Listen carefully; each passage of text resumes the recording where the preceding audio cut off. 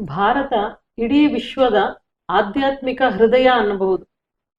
ಈ ನಾಡಿನಲ್ಲಿ ಅನೇಕ ಸಂತರು, ಸಾಧುಗಳು, ಮಹಾತ್ಮರು ಜನಿಸಿ ತಮ್ಮ ವಿಶೇಷವಾದಂಥ ಆಧ್ಯಾತ್ಮಿಕ ಪ್ರೇಮ, ಭಗವಜ್ಜೀವನ, ತ್ಯಾಗ, ತಪಸ್ಸು ಇವುಗಳಿಂದ ಭಕ್ತ ಸಮೂಹವನ್ನೇ ಉದ್ಧರಿಸುತ್ತಿದ್ದಾರೆ. ಅಂತ ಮಹಾತ್ಮರಲ್ಲಿ ಅಗ್ರಗಣ್ಯರಾದಂತಹ ಪರಮಪೂಜ್ಯ ಸದ್ಗುರು ಶ್ರೀ ಸತ್ತುಪಾಸಿ ಅಪ್ಪಾಜಿಯವರ ಭಕ್ತರ ಅನುಭವ ಮಾಲಿಕೆಯಾದ ಸದ್ಭಕ್ತರ ಸ್ವಾನುಭವಾಮೃತ ಸಾರ ಕಾರ್ಯಕ್ರಮಕ್ಕೆ ಆತ್ಮೀಯ ಸ್ವಾಗತ. ಇವತ್ತಿನ ಸಂಚಿಕೆ ಒಂದು ರೀತಿಯಲ್ಲಿ ವಿಶೇಷವಾದದ್ದು. ಯಾಕಂದ್ರೆ ಅಪ್ಪಾಜಿಯವರೇ ಒಂದು ಆದೇಶವನ್ನ ಮಾಡಿದ್ರು. ಇವರು ಚಿರುತಳ್ಳಿ ಗ್ರಾಮದಲ್ಲಿ ಹುಟ್ಟಿದಂತಹ ಶ್ರೀ ಆನಂದಪ್ಪಾಜಿ ಅನ್ನೋ ಮೂಲ ಹೆಸರಿನವರಾದಂಥ ಪೂಜ್ಯ ಸದ್ಗುರುವಿನ ಶಿಷ್ಯರು. ಅಪ್ಪಾಜಿಯವರೇ ಶ್ರೀ ದಿವ್ಯಾನಂದ ಅಂತ ನಾಮಕರಣ ಮಾಡಿರುವಂತ ಮಹಾತ್ಮರು, ಅಪ್ಪನವರ ಶಿಷ್ಯರು, ಪರಮ ಭಕ್ತರು. ಗುರುವಿನ ಹೊರತಾಗಿ ಇನ್ನೇನೂ ನನಗೆ ಗೊತ್ತಿಲ್ಲ ಅನ್ನುವಂಥ ನಿರ್ಮಲ ಸ್ವಭಾವದ ಅಪ್ರತಿಮ ಭಕ್ತರು. ಇವರ ಕುರಿತಾಗಿ ಆ ಅನುಭವವನ್ನ ಕೇಳಿ ಇದು ಒಂದು ಸಂಚಿಕೆಯನ್ನ ಮಾಡಿ ಅಂತ ನೇರವಾಗಿ ಗುರುವಿನ ಆದೇಶವನ್ನ ಪಡೆದಂತ ದಿನ ಇವತ್ತು. ಅಪ್ಪ ಅವರು ಒಂದ್ ಮಾತು ಹೇಳಿದ್ರು, ಈತ ಜೀವನದಲ್ಲಿ ತುಂಬಾ ಕಷ್ಟ ಅನುಭವಿಸಿದ್ದಾನೆ, ಎಂತೆಂತ ಪರೀಕ್ಷೆಗಳನ್ನ ಅನುಭವಿಸಿದ್ದಾನೆ, ಇನ್ಯಾರಾದ್ರೂ ಆಗಿದ್ರೆ ಜೀವ ಸಹಿತ ಇರ್ತಿರ್ಲಿಲ್ಲ, ಹೇಗೆ ಸಹಿಸ್ಕೊಂಡಿದ್ದಾನೋ. ಒಂದು ಸಣ್ಣ ಫೋಟೋ ಕೊಡಪ್ಪ ಅಂತ ಕೇಳ್ತಾ ಇದ್ದ, ವಿಗ್ರಹವನ್ನೇ ಕೊಟ್ಟಿದ್ದೀನಿ ಅಂತ ಅಪ್ಪ ಹೃತ್ಪೂರ್ವಕ ಅಭಿಮಾನ ಪೂರ್ವಕವಾಗಿ ಹೇಳ್ಬೇಕಂದ್ರೆ ಅವರ ಹೃದಯದಲ್ಲಿ ಇನ್ನೆಷ್ಟು ನಿಷ್ಕಲ್ಮಶವಾದ ಪ್ರೀತಿ ತಪಸ್ಸಿನಂತೆ ನಿರಂತರವಾಗಿ 3 ದಶಕಗಳಿಗೂ ಹೆಚ್ಚು ಕಾಲ ಆ ಗುರುವಿಗೆ ಸಮರ್ಪಣೆಯಾಗಿದೆ. ಅಂತ ಒಂದು ಗುರು ಆದೇಶದ ಅನುಸಾರ ಇವತ್ತಿನ ಸಂಚಿಕೆ ಪೂಜ್ಯ ಆನಂದಪ್ಪಾಜಿ ಶ್ರೀ ದಿವ್ಯಾನಂದ ಅವರೊಂದಿಗೆ. ಅಪ್ಪಾಜಿ ನಮಸ್ಕಾರಗಳು. ಶರಣ ಬಿಡಲಾರೆ ನಿನ್ನ ಪಾದವ ಮಲ್ಲಯ್ಯ, ಬಿಡಲಾರೆ ನಿನ್ನ ಪಾದವ, ಬಿಡಲಾರೆ ನಿನ್ನ ಪಾದ ಗುರು ಮಲ್ಲಯ್ಯ, ಬಿಡಲಾರೆ ನಿನ್ನ ಪಾದವ. ಅನ್ನವು ಇರದಿರಲಿ, ವಸ್ತ್ರಗಳಿರದಿರಲಿ, ಎಂದೆಂದು ಬಿಡಲಾರೆ ನಿನ್ನ ಪಾದವ, ಬಿಡಲಾರೆ ನಿನ್ನ ಪಾದವ ಮಲ್ಲಯ್ಯ, ಬಿಡಲಾರೆ ನಿನ್ನ ಪಾದವ. 7 ಜನ್ಮದ ಪುಣ್ಯದ ಫಲದಿಂದ, 7 ಜನ್ಮದ ಪುಣ್ಯದ ಫಲದಿಂದ ಶ್ರೀ ಸತ್ತುಪಾಸಿ ನೀನಾಗಿ ಬಂದಿರುವೆ, ಬಿಡಲಾರೆ ನಿನ್ನ ಪಾದವ ಮಲ್ಲಯ್ಯ, ಬಿಡಲಾರೆ ನಿನ್ನ ಪಾದವ.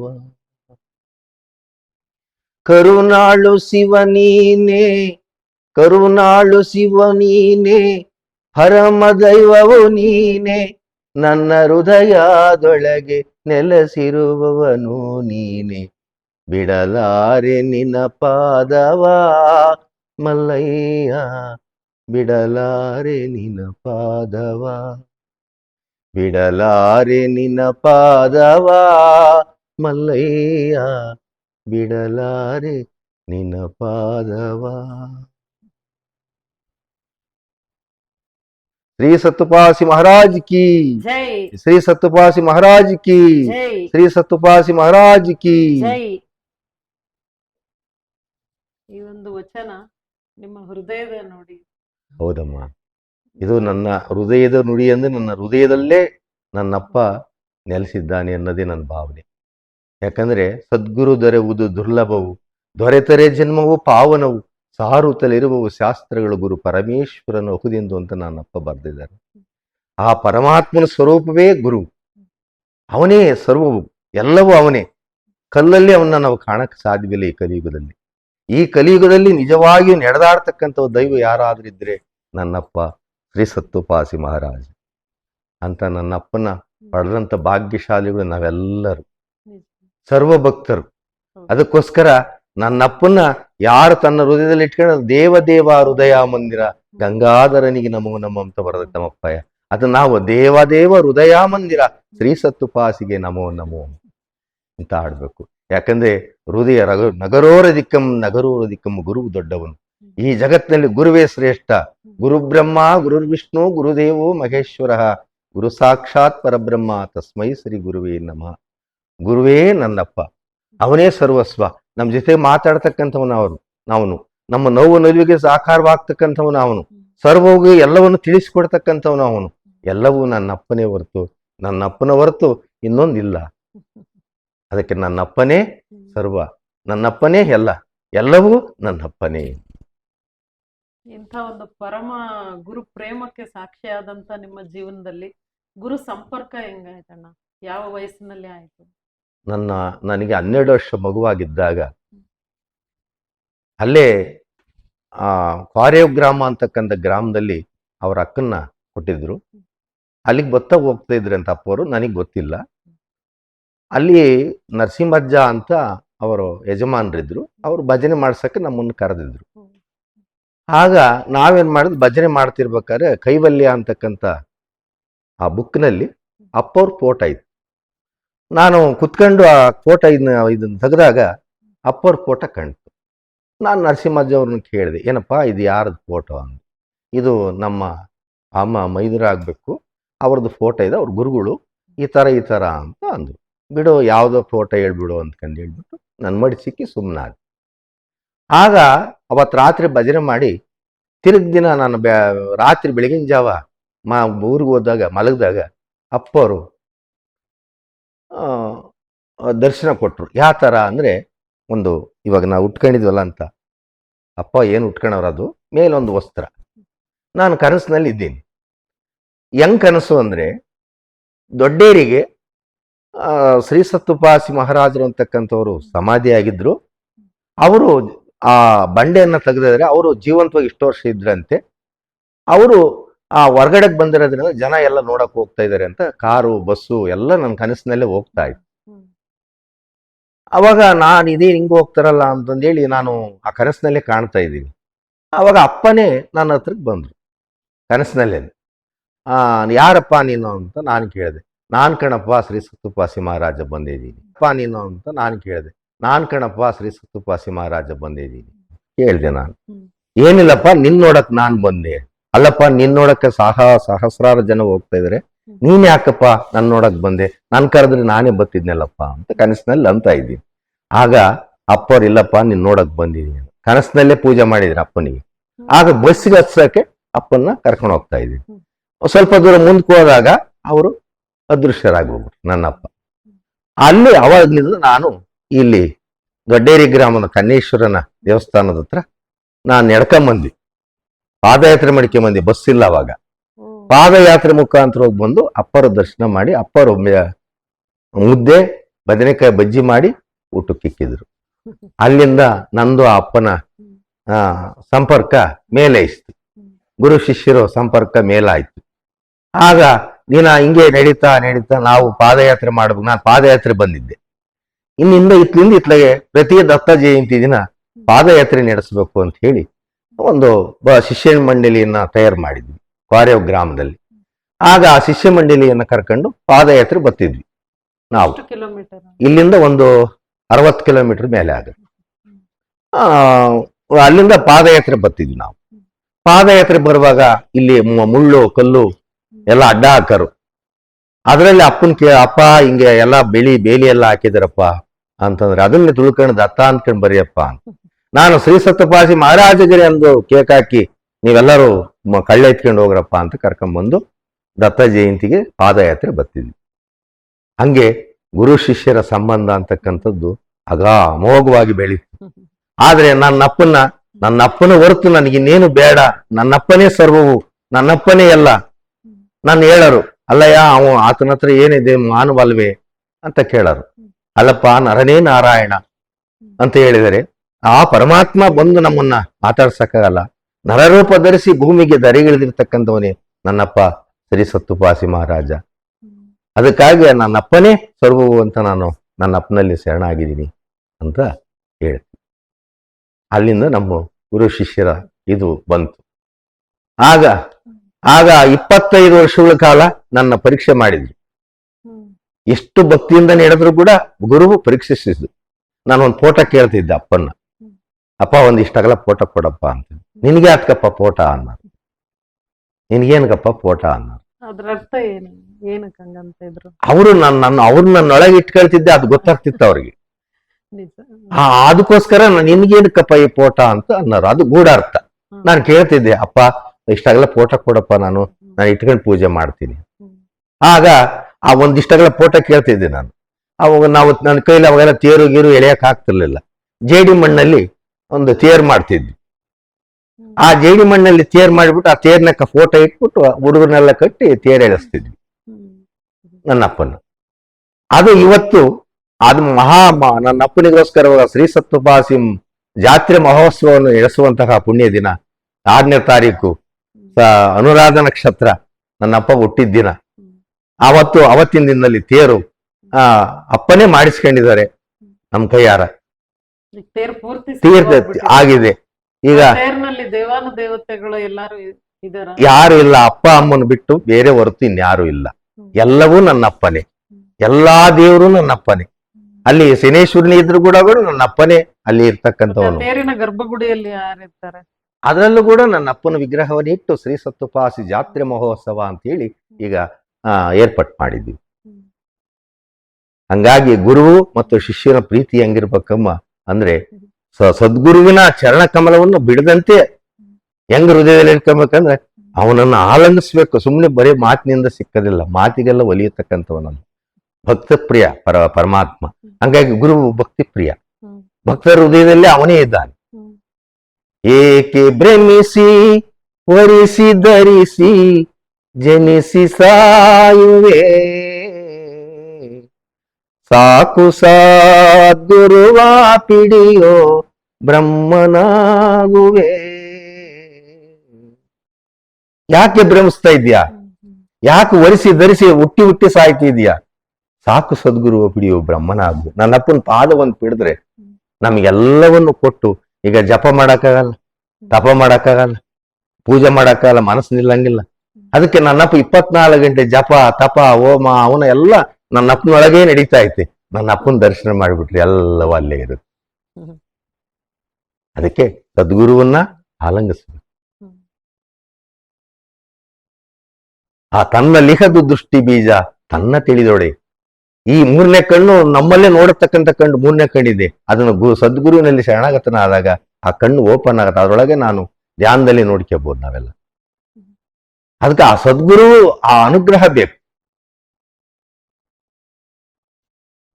ಅದಕ್ಕೋಸ್ಕರ ಸದ್ಗುರುವೇ ಸರ್ವಸ್ವ, ಸದ್ಗುರುವೇ ತಾಯಿ ತಂದೆ ಬಂಧು ಬಳಗ ಸಕಲ ಸೌಭಾಗ್ಯವೂ ನನ್ನಪ್ಪನೇ.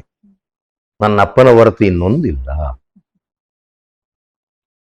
ನಿಮ್ಮ ಅಂತರಂಗದ ಪ್ರಯಾಣದ ಸಾರಥಿನೂ ಅವ್ರೆ ಎಲ್ಲ. ಮತ್ತೆ ನೀವು ಹೇಳ್ದಂಗೆ ಜೇಡಿ ಮಣ್ಣಿನ ಪುಟ್ಟ ತೇರಿನಲ್ಲಿ ಒಂದು ಪುಟ್ಟ ಫೋಟೋ ಇಟ್ಟು ನೀವು ಮಾಡಿದಂತ ಒಂದು ಪ್ರಯತ್ನ, ಆ ಭಕ್ತಿ ಇವತ್ತು ಭವ್ಯವಾದಂತಹ ಆನಂದಭರಿತವಾದಂತಹ ಶ್ರೀ ಸತ್ವಪಾಸಿ ಮಹಾರಾಜರನ್ನ ಅದರಲ್ಲಿ ಕುಂಡ್ರಿಸಿ ಎಳಿತಕ್ಕಂಥ ಪುಣ್ಯ ನಮ್ಮೆಲ್ಲ ಸದ್ಭಕ್ತರು ಇದನ್ನು ಸದ್ವಿನಿಯೋಗ ಮಾಡ್ಕೋಬೇಕು.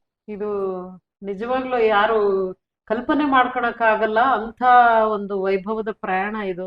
ಅದಕ್ಕೆ ಈ ಪ್ರಯಾಣದಲ್ಲಿ ಅದಕ್ಕೆ ಹೆಂಗಂದ್ರೆ ನೀನೇ ಬೇಕಪ್ಪ ನನಗೆ, ನೀನೇ ಬೇಕಪ್ಪ, ನಿನ್ನ ಬಿಟ್ಟರೆ ನನ್ನ ಎಲ್ಲಿ ಕಾಯುವರಿಲ್ಲಪ್ಪ, ತಪ್ಪು ಮನ್ನಿಸಿ ಬೇಗ ನೀನು ಕಾಯಬೇಕಪ್ಪ, ಹೆಣ್ಣುವನ್ನು ಮಣ್ಣು 3 ಸುಳ್ಳು ಕಾಣಪ್ಪ, ಹೆಣ್ಣುವನ್ನು ಮಣ್ಣು 3 ಸುಳ್ಳು ಕಾಣಪ್ಪ, ನಿನ್ನ ಪಾದ ಸೇವೆಗಾಗಿ ಓಡಿ ಬಂದೇನಪ್ಪ ಅಪ್ಪ, ನೀನೇ ಬೇಕಪ್ಪ ನನಗೆ, ನೀನೇ ಬೇಕಪ್ಪ, ನಿನ್ನ ಬಿಟ್ಟರೆ ನನ್ನ ಇಲ್ಲಿ ಕಾಯುವರಿಲ್ಲಪ್ಪ, ತಪ್ಪು ಮನ್ನಿಸಿ ಬೇಗ ನೀನು ಕಾಯಬೇಕಪ್ಪ.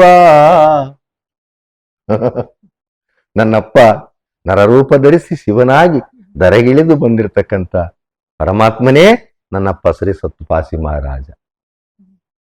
ಅಂಥವರ ನೋಡಿದಂಥವರೇ ಧನ್ಯರು.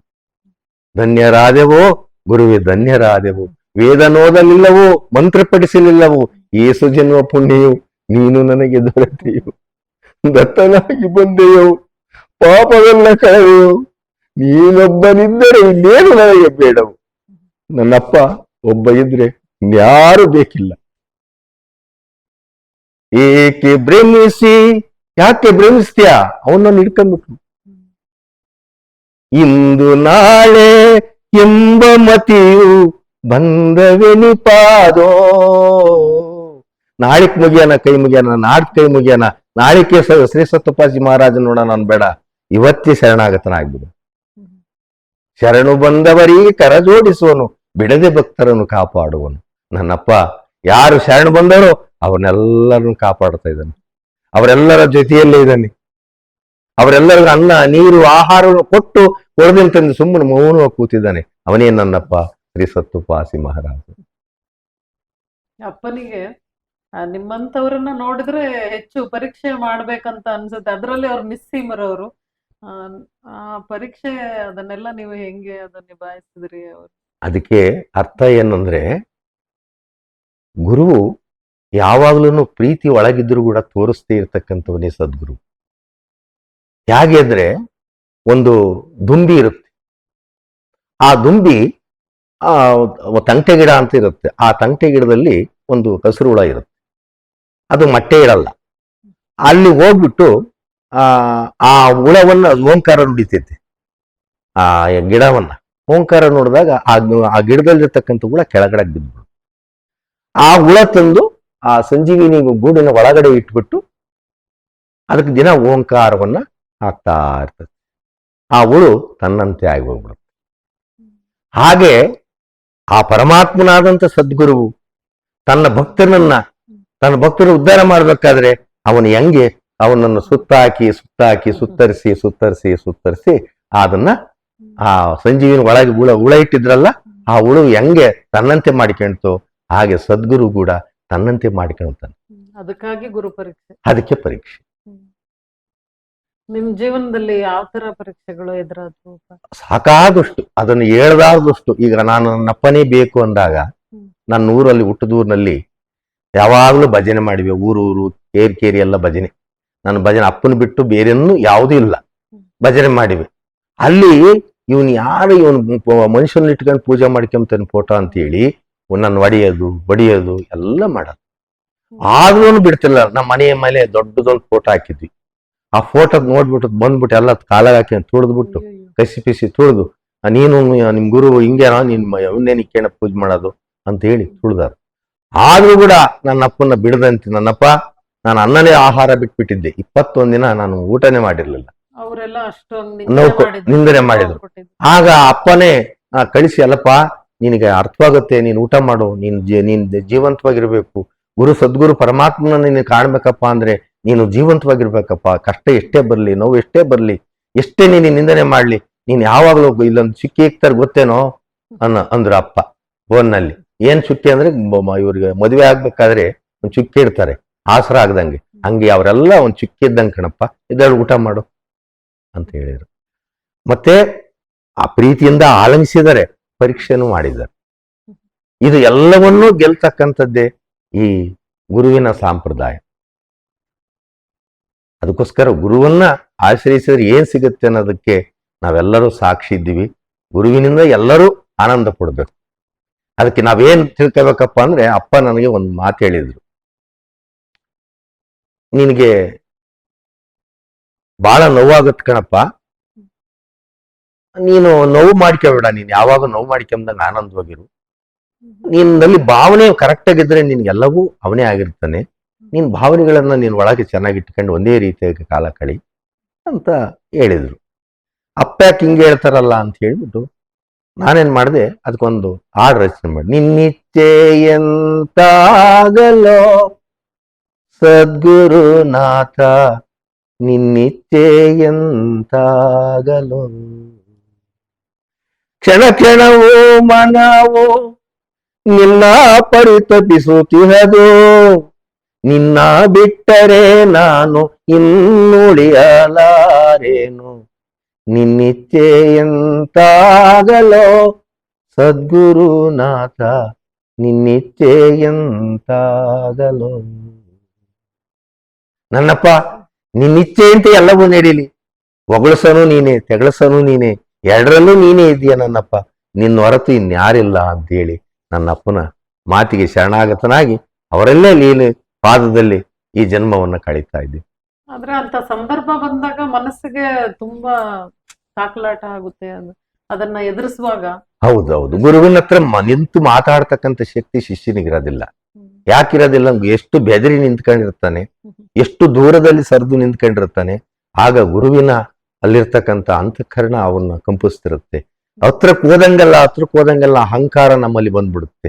ಅದಕ್ಕೋಸ್ಕರ ನಾವು ಎಷ್ಟು ದೂರದಿಂದ ನಾವು ನಮಸ್ಕರಿಸ್ತೀವಿ, ಎಷ್ಟು ದೂರದಿಂದ ನನ್ನ ಅಪ್ಪನ ನಾವು ಕಾಣ್ತೀವಿ, ಅಷ್ಟೇ ಹತ್ರ ನಮ್ಮ ಹೃದಯದಲ್ಲಿ ಬಂದು ಸೇರ್ತಾನೆ. ಅದಕ್ಕೆ ನಮ್ಮ ಅಪ್ಪನ ಎಲ್ಲ ಅಂದ್ಕೊಂತಾರೆ ಎಷ್ಟೋ ಜನ, ಇದೇನು ಇಷ್ಟು ದೂರ ಪಾದಕ್ಕೆ ಮುಗಿಸ್ಕೊಂಬಲ್ಲ ಅಂದ್ರೆ, ಗುರುವು ಬೆಂಕಿ. ಆ ಗುರುವನ್ನ ನೀನು ಬೆಂಕಿ ಮುಂದೆ ಹೋದಾಗ ಯಾವುದೇ ಕಾಷ್ಟ ನಿಲ್ಲುವುದುಂಟೆ? ರವಿ ಮೂಡಿ ಬರಲ್ಲ ಅಂಧಕಾರ ಆಗುಂಟೆ. ರವಿ ಹುಟ್ಟಿದಾಗ ಎಲ್ಲನ ಅಂಧಕಾರ ಉಂಟೆ? ಕಾಷ್ಟ ನಿಲ್ಲುವುದುಂಟೆ? ಎಲ್ಲ ಬೆಂಕಿ ಎತ್ಕೊಂಡು ಹುರಿದಾಗ ಅಲ್ಲಿ ಯಾವ್ದನ ಕಾಷ್ಟ ಇರುತ್ತಾ? ಹಾಗೆ ಸದ್ಗುರುವನ್ನ ಆಶ್ರಯಿಸಿದಾಗ ಆ ಕಾಷ್ಟಗಳೆಲ್ಲ ಸುಟ್ಟೋಗ್ತವೆ ಅವನ ದೃಷ್ಟಿ ಬಿದ್ದಾಗ. ಅದಕ್ಕೆ ಚಿಂತಿಸದಿರು ಸುಮ್ಮನೆ ಮಾನವ ನೀನು ಮಾಡದಿರೋ ಕಲ್ಪನೆ ಅಂತ ಅಪ್ಪ ಬರೆದೈತಿ. ಚಿಂತೆನು ಗೈಯುಕ್ತ ಭ್ರಾಂತಿ ಪಡಲು ಬೇಡ, ಸಲ್ಲದಾಸೆಗಳಿಂದ ಕೆಟ್ಟು ಹೋಗಲು ಬೇಡ. ಅವರು ಮಾತಾಡಿಕೊಂಡು ನೀನ್ ಕಾಲ ಕಳಿಬೇಡ, 24 ಗಂಟೆನೂ ರಾಮ ಕೃಷ್ಣ ಗೋವಿಂದ ದತ್ತ ಶ್ರೀಸತ್ತುಪಾಸಿಯನ್ನು. ಆಗ ನೀನೇ ನಾನು, ನಾನೇ ನೀನಾಗ್ತೀಯ. ನಾನೇ ನೀನು, ನೀನೇ ನಾನು, ನಾನು ನೀನೊಂದಾದ ಮೇಲೆ ಬೇರೆ ಇನ್ನೇನು? ನಾವಿಬ್ಬರು ಒಂದಾದ್ಮೇಲೆ ಬೇರೆ ಇನ್ನೇನಪ್ಪ, ಇಬ್ಬರು ಒಂದಾಗ್ಬೇಕು ಅಂತ ಅಪ್ಪ ಹೇಳ್ಕೊಡ್ತಾರೆ. ಅದಕ್ಕೋಸ್ಕರ ಅವನಲ್ಲಿ ನಾವು ಶರಣಾಗತರಾಗಬೇಕಾದ್ರೆ ನಮ್ಮಲ್ಲಿರ್ತಕ್ಕಂಥ ಮೈಲಿಗೆಯು ಸ್ವಚ್ಛವಾಗ್ಬೇಕು. ಮನವೇ ಮರ್ಜನೆ ಶಾಲೆ ಲಿಂಗವೇ, ತನುವೆ ಧೂಪ ಅತ್ತಿಯು ಲಿಂಗವೇ, ಮನದೋಳು ಮೆನುಗುವ ಗೊಣಗಿ ಒಂಬಾಳೆಯು ನಿನಗೆ ತೊಂದೊಪ್ಪಿಸುವೆ ಲಿಂಗವೇ. ಮನವೇ ಮರ್ಜನೆ ಶಾಲೆ, ಈ ಮನಸ್ಸು ಗಲಿಷ್ಠವಾಗ್ಬಿಟ್ಟೈತಿ, ಗಲೀಜಾಗ್ಬಿಡೈತೆ. ಅಂತ ಮನಸ್ಸನ್ನ ಗುರುವಿಗೆ ಅರ್ಪಿತ ಮಾಡ್ಬೇಕಾದ್ರೆ ಕಾಯಿಸ್ತಾನೆ,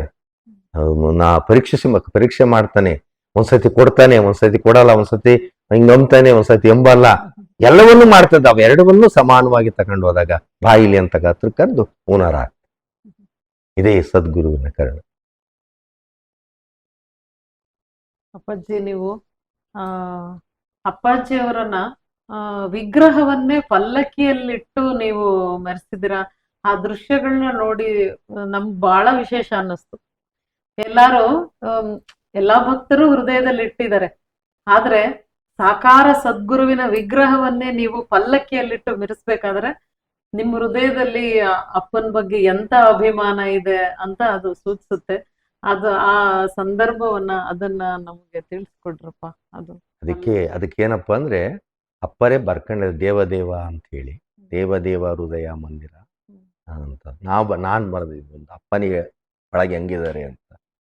ಅಪ್ಪನ ನೋಡದೆ ನಾನೀಗ ಓ ದೇವಾ, ಸುಮ್ಮನೆ ಇರದು ನನ್ನ ಜೀವ. ಅಪ್ಪನ ನೋಡದೆ ನಾನೀಗ ಓ ದೇವಾ, ಸುಮ್ಮನೆ ಇರದು ನನ್ನ ಜೀವ. ಅಪ್ಪ ನನ್ನ ಹೃದಯದಿ ನೀನು, ಅಪ್ಪ ನನ್ನ ಹೃದಯದಿ ನೀನು, ಬೆಟ್ಟದಂತೆ ನೆಲೆಸಿದ ದೇವಾ ನನ್ನ ಮನಸ್ಸಲ್ಲಿ ನೀನು. ಅಪ್ಪನ ನೋಡದೆ ನಾನೀಗ ಓ ದೇವಾ, ಸುಮ್ಮನೆ ಇರದು ನನ್ನ ಜೀವ. ಅಂದರೆಲ್ಲ ಅಂದುಕೊಳ್ಳಲಿ, ಬೈಯರೆಲ್ಲ ಬೈದುಕೊಳ್ಳಲಿ, ಗುರುವಿನ ಆಶೀರ್ವಾದೊಂದಿರಲಿ, ನಿನ್ನ ಕರುಣೆ ನನ್ನ ಮೇಲಿರಲಿ. ಅಪ್ಪನ ನೋಡದೆ ನಾನೀಗ ಓ ದೇವಾ, ಸುಮ್ಮನೆ ಇರದು ನನ್ನ ಜೀವ. ಅಪ್ಪನ ನೋಡದೆ ನಾನೀಗ ಓ ದೇವಾ, ಸುಮ್ಮನೆ ಇರದು ನನ್ನ ಜೀವ. ನಿನ್ನ ತತ್ವ ಒಂದೇ ಸಾಕು, ನಿನ್ನ ಜೊತೆಯಲ್ಲಿ ಇದ್ದರೆ ಸಾಕು, ಬೇರೇನು ನನಗೆ ಬೇಕು, ಬೇರೇನು ನನಗೆ ಬೇಕು. ಅಪ್ಪನ ನೋಡದೆ ನಾನೀಗ ಓ ದೇವಾ, ಸುಮ್ಮನೆ ಇರದು ನನ್ನ ಜೀವ, ಸುಮ್ಮನೆ ಇರದು ನನ್ನ ಜೀವ. ಅಪ್ಪ, ಯಾವಾಗ ನನ್ನ ಹೃದಯದಲ್ಲೇ ಇರಪ್ಪ, ನನ್ನ ಹೃದಯವೇ ನೀನಪ್ಪ, ನನ್ನ ಮನಸ್ಸು, ನನ್ನ ಉಸಿರೆಲ್ಲ ನೀನೇನಪ್ಪ, ಈ ಉಸಿರಿನಲ್ಲಿ ನೀನೇ ನನ್ನಪ್ಪ ಅಂತ ಅಪ್ಪನೇ ನನ್ನ ಹೃದಯದಲ್ಲಿರುವಾಗ ಅದಕ್ಕೆ ಈ ಪ್ರಾಪಂಚಿಕವಾಗಿ ತೋರಿಸ್ಬಾರ್ದು ಅಂತಕ್ಕಂಥ ನನ್ನ ಬಯಕೆ ಇದ್ರು ಕೂಡ ಗುರುವು ನಾವು ನಂಬಿದರೆ ಯಾವ ರೀತಿ ನಿಮ್ಗೆ ಅನುಕೂಲ ಆಗ್ತೈತೆ ಅನ್ನೋದಕ್ಕೋಸ್ಕರ ಈ ಕಲಿಯುಗದಲ್ಲಿ ತೋರ್ಸೋದಕ್ಕೋಸ್ಕರ ನನ್ನ ಅಪ್ಪನಿಗೆ ಅಳಿಲು ಸೇವೆಯಾಗಿ ಸೇವಕನಾಗಿ, ಸೇವೆಯಲ್ಲಿ ಸೇವಕನಾಗಿ, ಭಕ್ತರಲ್ಲಿ ಭಕ್ತನಾಗಿ, ಆ ಗುರುವಿನ ಶಿಷ್ಯನಲ್ಲಿ ಶಿಷ್ಯನಾಗಿ, ಅವನ ಸೇವಕನಾಗಿ ನನ್ನಪ್ಪ ಈಗ ಆ ಒಂದು ವಿಗ್ರಹದ ರೂಪದಲ್ಲಿ ಪೂಜೆ ಮಾಡಕ್ಕೆ ನನಗೆ ಅನುಗ್ರಹಿಸಿದ್ದಾರೆ. ಹಾಗೆ ಈಗ ರಥದ ಮೇಲೆ ಇಟ್ಟು ನನ್ನಪ್ಪನ್ನ ಸರ್ವ ಭಕ್ತರನ್ನು ಸಮಾಗಮ ಮಾಡಿ ಶ್ರೀ ಸತ್ಯಪಾಸಿ ಮಹಾರಾಜರ ಭಕ್ತರನ್ನ ಎಲ್ಲರೂ ಖುಷಿಯಿಂದ ಎಲ್ಲರೂ ಈ ತೇರನ್ನ ಸಂತೋಷವಾಗಿ ನೀ ಎಳಿಬೇಕಪ್ಪ, ಅವರೇ ನಿನ್ನ ಹೃದಯದಲ್ಲೇ ಇಟ್ಕೊಂಡಿದೀಯ, ಈಗ ಹೃದಯದಿಂದ ಹೊರಗಡೆಗೆ ನಾನು ಬಂದು ಎಲ್ಲರಿಗೂ ನಾನು ದರ್ಶನ ಕೊಡ್ತೀನಿ ಅಂತ ಅಪ್ಪ ನನಗೆ ಆಜ್ಞೆ ಮಾಡಿದ್ದಾರೆ. ಅದಕ್ಕೋಸ್ಕರ ಈಗ 6ನೇ ತಾರೀಕು ಯಾವ ತಿಂಗಳು? ಆ ಯುಗಾದಿ ಹಬ್ಬ ಆದ್ಮೇಲೆ 6ನೇ ತಾರೀಕು ಬರ್ತಕ್ಕಂಥ ದಿನ, ಅವತ್ತು ಅನುರಾಧ ನಕ್ಷತ್ರ ನಮ್ಮಪ್ಪ ಹುಟ್ಟಿದ ದಿನ.